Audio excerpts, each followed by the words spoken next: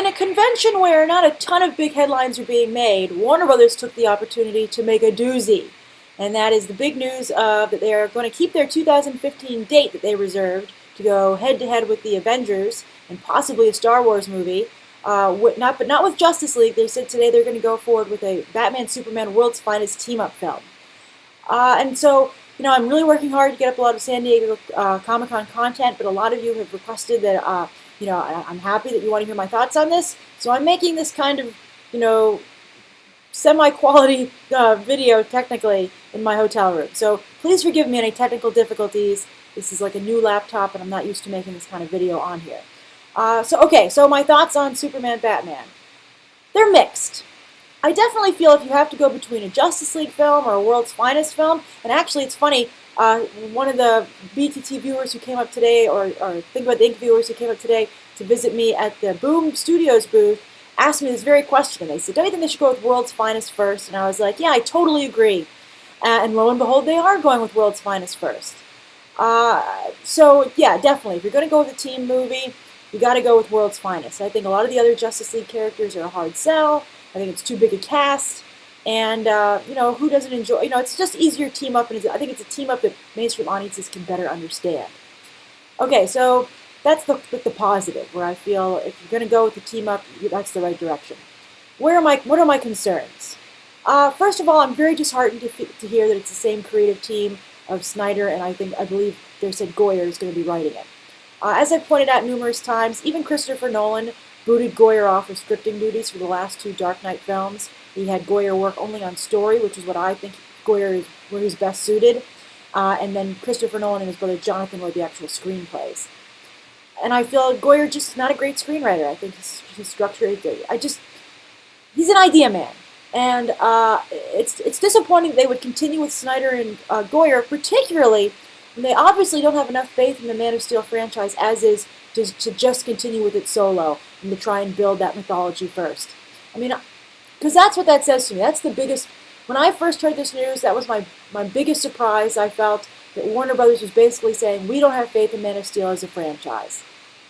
We don't want to give him the chance to grow. And they made this big thing when the Man of Steel movie came out. They said, oh, Superman is the zero character, and we're going to build everything off of him. He's our foundation. Well, you know what, guys? Your foundation hasn't set yet. I still think your foundation has a lot of cracks in it. It has some areas that need to be redone. But instead, you're just going to build over it. And this is a big topic of conversation here at Comic-Con. And I was talking to my artist Russell Dodderman on Superbia, that book we do for Boom Studios, and we were also talking about it because that guy had brought it up. And he made a good point, and he said, you know what? Marvel took the time. Marvel did the time. From Iron Man 1, they went all the way through and introduced these other characters in solo movies before they did the Avengers. And I think that Warner Brothers, they're looking too much in their rearview mirror. I think some good advice I got in life is, from my mom, is that you should always, it's good to know what other people are doing. You always should know what's going on. Don't stick your head in the ground like an ostrich, but don't let it influence you entirely in how you're running your own race. And I think that, DC's playing DC and Warner Brothers are playing a very short game here, a very short-sighted game. They want to get into that Avengers arena, but they're not taking the time to build a franchise they can give for years and years. I mean, look what Marvel's accomplished. Even though people have serious problems with Iron Man 3, you have not only the Avengers films, but you have the solo films, which themselves are getting sequels. So I think that if Warner Brothers took the time to do this properly, and I think took one more Man of Steel movie, at least one more. It would be nice to maybe have a trilogy, or maybe that would take too long. But just one more Man of Steel movie to kind of shore things up, get rid of any concerns some audience members might have, because the reaction to Man of Steel has been mixed.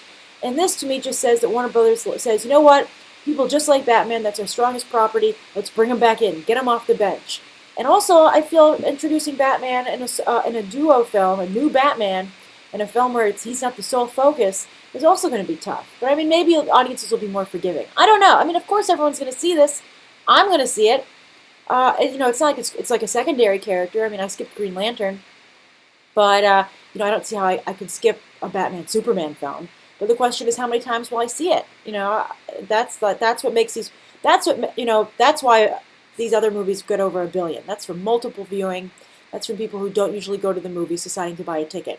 It's not the core fan base. The core fan base is sold. and you need more than that to reach that $1 billion mark. That's why it's becoming it's becoming less of a bigger deal, but it's why it's still a big deal. So those are my thoughts. I still feel that Warner Brothers is, not a house in order. I've been detailing all the creative problems behind the scenes here on Beyond the Trailer, and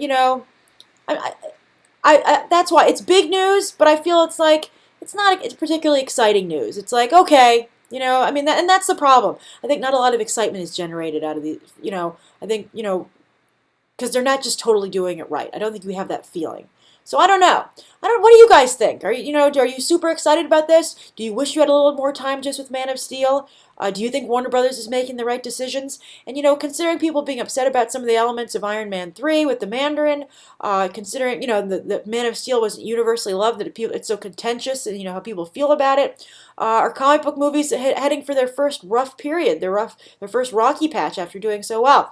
We'll have to see. So, all right, I'm going to get back to the San Diego Comic-Con videos. I just want to share my initial thoughts. I feel kind of bad for Henry Cavill because, as I said, I liked the work he was doing, and I wish that I wish Warner Brothers had a little more faith in it because, interestingly, I have more faith in Henry Cavill. I have more faith in Henry Cavill than I do in Snyder and Goyer, and they're backing the wrong people in my decision while really shortchanging Cavill by making him have to share the screen with another character before he's really had a chance to set his. So anyway, I could go on forever about this. And I'm sure we will continue to talk about this a lot all the way through to 2015 and beyond because there's just so much money here. So, all right, check out the other Comic-Con videos. Thanks for everybody who asked again to hear my thoughts on this. I appreciate it. Okay, bye.